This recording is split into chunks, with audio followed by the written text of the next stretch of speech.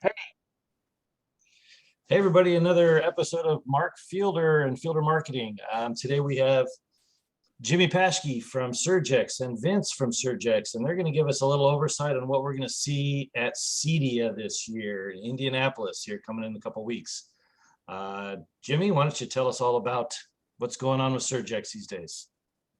Oh, well, okay, real world. We have had three really big issues come up just since Friday of last week. Vince and I have had to review Envision logs or talk to a couple of dealers about what might be causing issues with their system.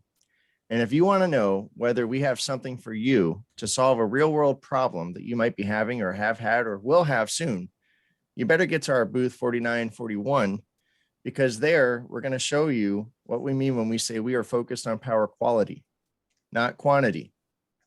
And here's the thing. Friday, Newport Beach, California. Dealer gets on the phone, says, Envision just showed us that we had a dryer. Every time it would turn on, it affected our Savant system. It would crash. Dryer turns on, Savant system crashes every time. Okay, so we're going to help them fix that issue.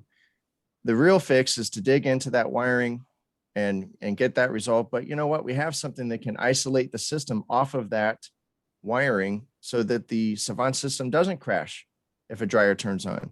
New England yesterday hits us up with systems on a rack of gears on the same circuit. Even though we asked for a dedicated circuit, we couldn't get one.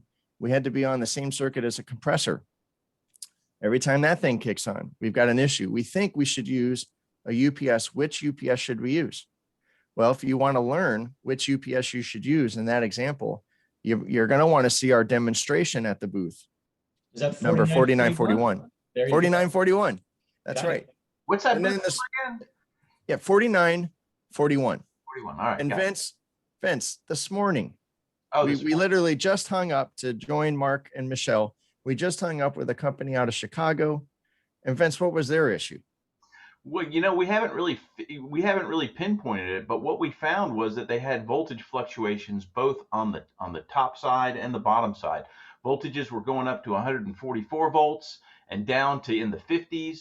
And so we told them this. So this is like the second time we've been on the phone with them. The first time we said, hey, go and check out the neutrals, right? Go check out, because when you have the in the breaker panel, if the neutral connections are not tightened down, they could cause these voltage fluctuations. Sure enough, they send an electrician, and on a couple of the neutral connections, they could turn the screw 2 full rotations. Is the information we heard back.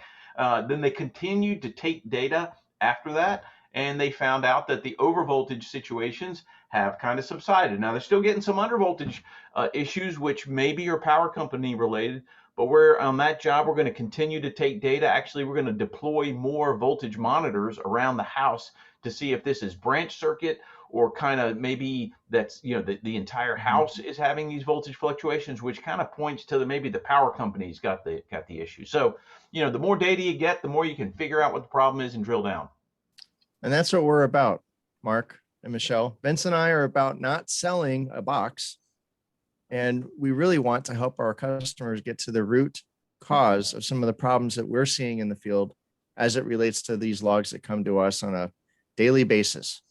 So it's so prevalent, you have to get to the SurgeX booth number 4941, so that you can learn more about what power quality issues you might experience. Either maybe you have experienced them or you soon will experience them. We want to make sure you mitigate for those and put in a solid power foundation every job so that your AV gear is not affected by all these issues that we see and hear about on a daily basis. And we get happy customers. That's what we want. Yep. Yes. Jamie, we should also tell them about the new SNMP card that goes in the UPSs. Okay. Mark, you may have heard about Squid. We've been talking about it for 4 years. Yes. Well, guess what? Squid is shipping. Yay. And it is also a power quality seeker. It looks at and monitors and records power quality as it plugs into the wall, but it also is a control device, and it has up to 4 female IEC AC outlets and 2 banks of DC that are all protected, that are all controlled by IP. Now, the development of that user interface has led to a new S&P card for the online double conversion UPSs that we love to sell, because they help us with so much of the power quality issues that we see, which are mostly fluctuating voltages all over the US. So we have a new S&P card with a new user interface that we're sure you're going to like, and the new S&P OL product. That's awesome. So the squid, that provides controllable DC power. That's Yes, we have. That's a unique solution in our world, I think. It's pretty cool. It's pretty cool. There are products out there that have distribution of DC, but this is actually two banks that are either 12 volt or 24 volt or all of the above. We've got 3 different models, 12, 24, and a combo piece like Vince is showing. You can clip the wall wart off, run the copper lead straight into the Phoenix connectors, and now you've got protected DC banks that allow you to reboot independently 2 banks of DC. Jimmy, tell our guests out in the audience what to expect when they unbox a squid. Oh, okay. So, in all candor, you are going to get a piece that you may not be familiar with as it relates to the AC outlet. And this is something that we discussed this morning. Just because in the commercial world, maybe this is more prevalent, but in the residential world, someone's going to take this out and say, what do I plug in to these female IECs? And interestingly enough, on my desk, because we were just talking about it, if you take the female IEC and you adapt it so that you can plug your normal AC plugs in, then you'll have a piece that the residential world will love. So yes, you're going to want to have those whips on hand. Yeah, and I know all of our friends out there are yelling, why do you put those darn IEC on there? This was definitely purpose built to be in the commercial space for behind monitor use, right? For point of sale or what do they call that? Digital marketing kind of things, where you go into a restaurant and you see 8 TVs up on the thing, or up underneath a table, right? In conference room situations or huddle spaces. So this form factor is not necessarily, made for the resi space, but a lot of our dealers say, hey, I'll use it anyway, because the Envision capabilities in this box are kind of a step up from the current Envision, just a little bit. And but in the commercial world, they wanted these IECs because in the commercial world, it's kind of important for those large corporate clients. They wanted the same squid to be able to be used in any conference room around the world, so they can just kind of package up conference room stuff and go send up. So this has world voltage capabilities. Not that our well, I don't know, some of our resi guys need that because they're doing jobs in Belize and everywhere else, wherever everybody's second home is. A lot of our guys are doing light commercial work too, so that's not and I'm sure. Yeah, I want to be in that job that Northern California dealer was doing in Fiji, I think it was. Yeah. Yes. I think we're doing one somewhere in the Caribbean too. Oh boy, I want to go to all those job sites. Yeah, I know. All right, who's with me? No, we have to go to CEDIA first. We'll go CEDIA after. first. Yeah. Oh, and if we go to CEDIA, we should all go to the SurgeX booth, which is number 4941. 4941. I got it. Hey, I got to ask, are you guys going to do any explosions? Are you going to blow anything up while we're at CEDIA? What would a trade show be at a SurgeX booth if we did not blow something up? Exactly. And of course, we will be blowing some shit up. Okay, excellent.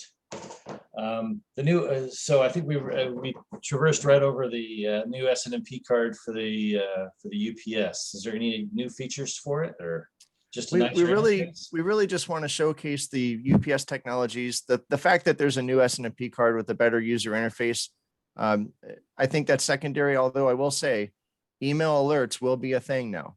Yeah, because the user interface allows us to have more than just a server hosted email address. We can use a Google address or whatever our dealers are comfortable and more familiar with. Good. Okay. Well, guys, if there's actually, I got one more thing. One more thing? Yeah. Can I plug the band?